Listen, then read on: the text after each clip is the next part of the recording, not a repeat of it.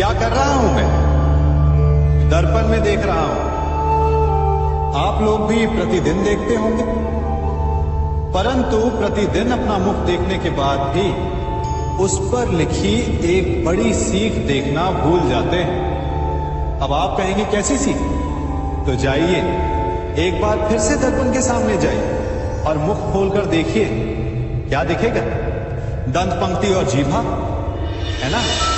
अब विचार कीजिए, दंत जन्म के पश्चात आते, एक नहीं 2 बार आते, परंतु मृत्यु से पूर्व नष्ट हो जाते हैं।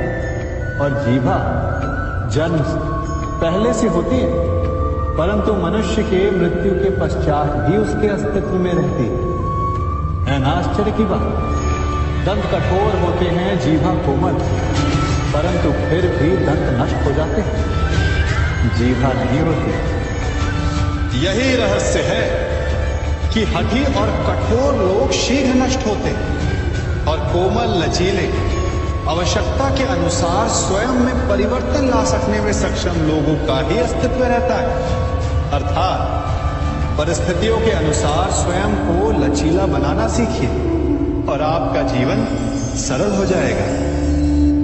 संबंध एक सहारा होता है जीवन का, और संबंधी वो होते हैं जिनसे आवश्यकता पड़ने पर सहायता मांगी जा सके, जिन पर विश्वास किया जा सके कि बुरे समय में वो हमारे काम आएंगे। कभी ऐसा भी हुआ होगा कि आपके पास कोई सहायता मांगने आया, या ऐसा भी हो सकता है कि आप किसी के पास सहायता मांगने गए, परंतु प्रश्न यह उठता है कि क्या केवल किसी के मंतव्य में उसकी सहायता इसीलिए कर देनी चाहिए क्योंकि वो आपका संबंधी है? अब आप कहेंगे कि ये कैसा प्रश्न हुआ? तनिक सोचिए, एक अस्त्र बनाने वाला जब अस्त्र बनाता है तो ये अस्त्र किसको देना है उसका अधिकार उसी के पास होता है। वो चाहे तो ये अस्त्र किसी को भी दे सकता है, वो एक सैनिक को भी दे सकता है या एक डाकू को भी, और यही अस्त्र 2 भिन्न कार्य कर सकती है।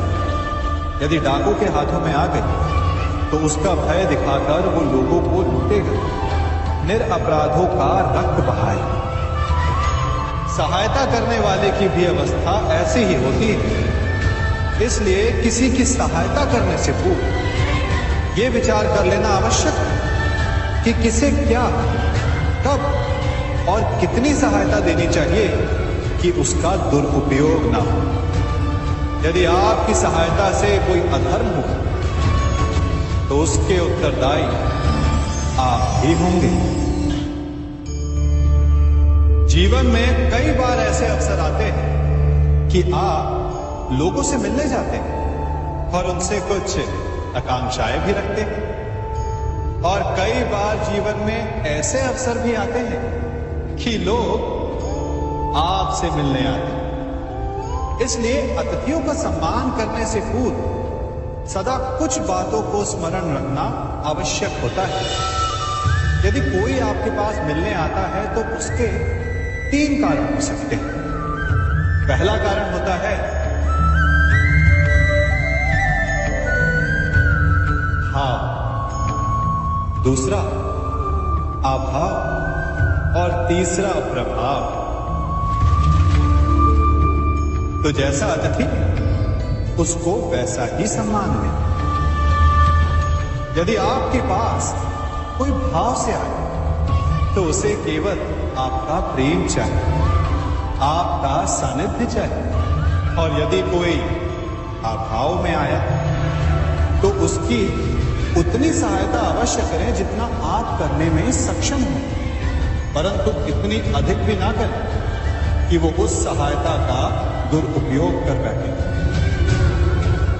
और यदि कोई प्रभाव में आया तो स्वयं पर अभिमान ना करें, क्योंकि कभी ना कभी जीवन में आप भी भाव, अभाव और प्रभाव के चक्रव्यूह में फंस सकते हैं।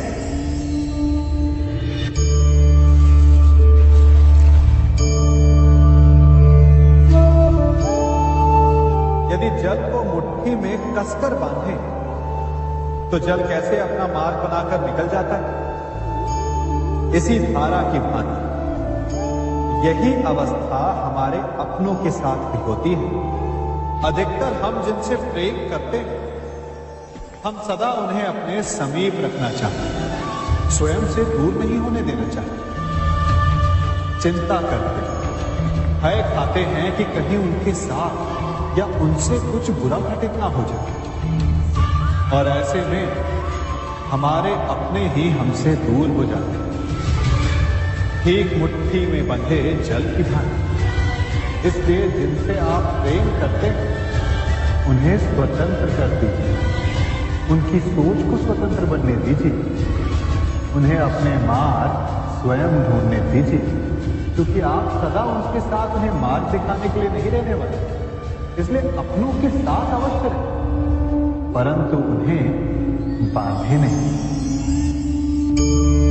जन्म के पश्चात बालक जब पहली बार अपने नेत्र खोलता है तो उसका मन उत्सुकता से भरा हो कि ये संसार क्या है, उसे क्या दिख रहा है। ये उसके जीवन का नया आरंभ होता है। परंतु जैसे हम धीरे धीरे बड़े होने लगते हैं, अनुभव अर्जित करते हैं, हमारे मन की उत्सुकता, हमारे जीवन का चाव होने लगता है। तनिक सोचिए, जब हम सुबह सोकर जगते अपनी आंखें खोलते तो उसे ही हम अपने जीवन का प्रारंभ समझ लें तो सुबह से लेकर संध्या तक के समय को ही अपने जीवन जीने का समय समझ लें तो कितनी स्फूर्ति आ जाएगी आप, कितने काम कर पाएंगे, कितने लक्ष्य अर्जित कर पाएंगे।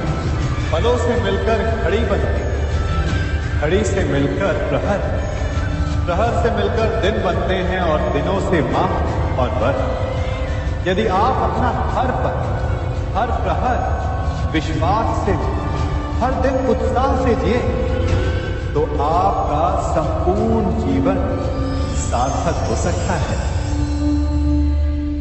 मनुष्य अपना जीवन विश्वास पर जीता है, परंतु विश्वास किसका? तनिक सोचिए, किस पर विश्वास है आपको?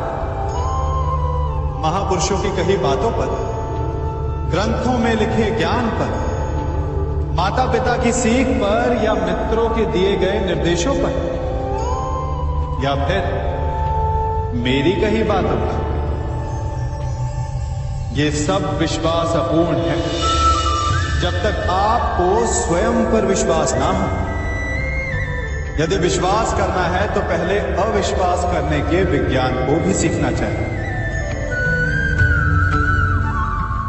आप किसी की बातों पर विश्वास न करें, आप अपने मन से पूछें, अपनी अंतरात्मा से प्रश्न करें, और जो उत्तर मिलेगा वही सबसे उचित होगा। जब आप अपने मन, अपनी अंतरात्मा पर विश्वास करना सीख जाएंगे तो नीति ज्ञान सब आपके भीतर से स्वतः उमड़ेगा। और यदि आप स्वयं पर ही विश्वास ना कर पाए तो धर्म ग्रंथों में लिखे श्लोक, महापुरुषों की वाणी, माता पिता की सीख या मित्रों का निर्देश कोई भी लाभ नहीं दे पाए। एक पिता होने के नाते आप अपनी संतान के लिए क्या करते हैं? उसके लिए बहुत सारी सुविधाएं जुटाते, बहुत सारा धन कमाते हैं ना? और क्या आपको ऐसा लगता है कि यही उचित है आपकी संतान के लिए? इस पंछी को देख रहे हैं, यह भी संतान को जन्म देता है, उन्हें पालता है, पोसता है, उड़ना सिखाता है और भोजन का प्रबंध भी करना सिखाता है। परंतु उनके बड़े हो जाने के बाद उनके लिए अलग से घोंसला नहीं बनाता। क्यों? क्योंकि यदि इसने संतान को सब कुछ करके दे दिया तो संतान क्या करेगी? वो अपनी संतान को तब तक भोजन कराता है जब तक उसकी संतान स्वयं भोजन का प्रबंध करने में सक्षम नहीं हो जाती। और उसका लाभ ये मिलता है कि उसी की भांति उसकी संतान आत्मनिर्भर बनती है। इसलिए अपनी संतान को उतनी ही सुविधाएं दें जितनी आवश्यक है। मोह को त्यागे। आपका उनसे मोह उन्हें कभी आत्मनिर्भर नहीं बनने देगा। अपनी संतान को कर्म करना सिखाइए।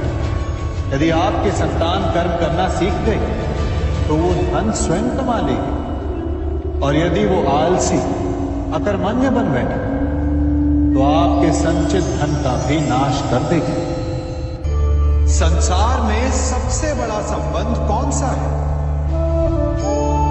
अब आप पूछेंगे कि ये कैसा प्रश्न है? इसका उत्तर तो बड़ा सरल है, यही ना। परंतु इस प्रश्न के भी कई उत्तर हैं।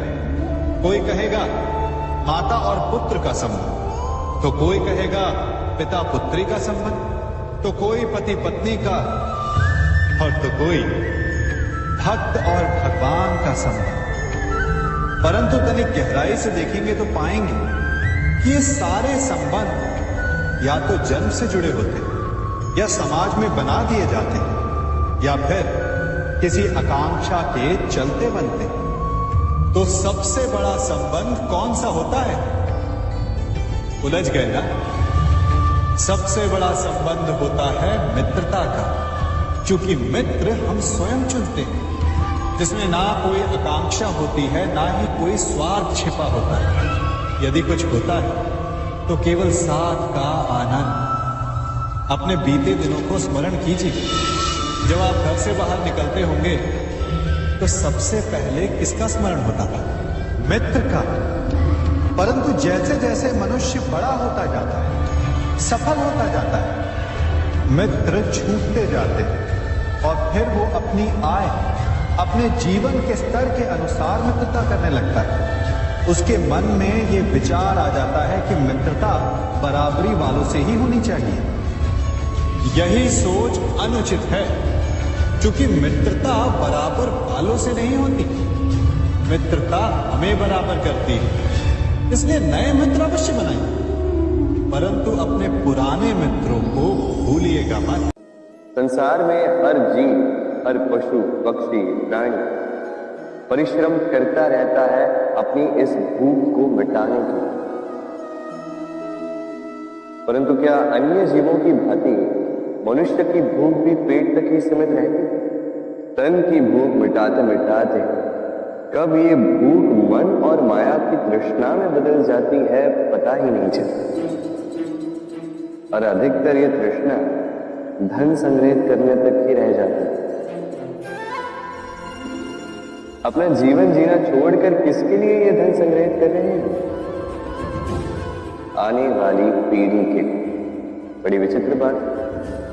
अपना जीवन जीना छोड़कर धन संग्रहित करते करते अपने जीवन का सुख भी मिटा रहे हैं और आने वाली पीढ़ी को कर्म करने से भी बाधित कर रहे हैं। पूत कपूत तो क्यों धन संचय, पूत सपूत तो क्यों धन संचय। अपनी संतान को संस्कार दीजिए, धन नहीं। यदि संतान संस्कारी हो तो अपना स्वयं का एक संसार बना लीजिए। यदि असंस्कारी हो तो आपका बना बनाया संसार यूं ही नष्ट कर दे। इसलिए जीवन में यदि कुछ संचय करना है तो ज्ञान संचय कीजिए, प्रेम संचय कीजिए और मेरे साथ प्रेम से कहिए राधे राधे।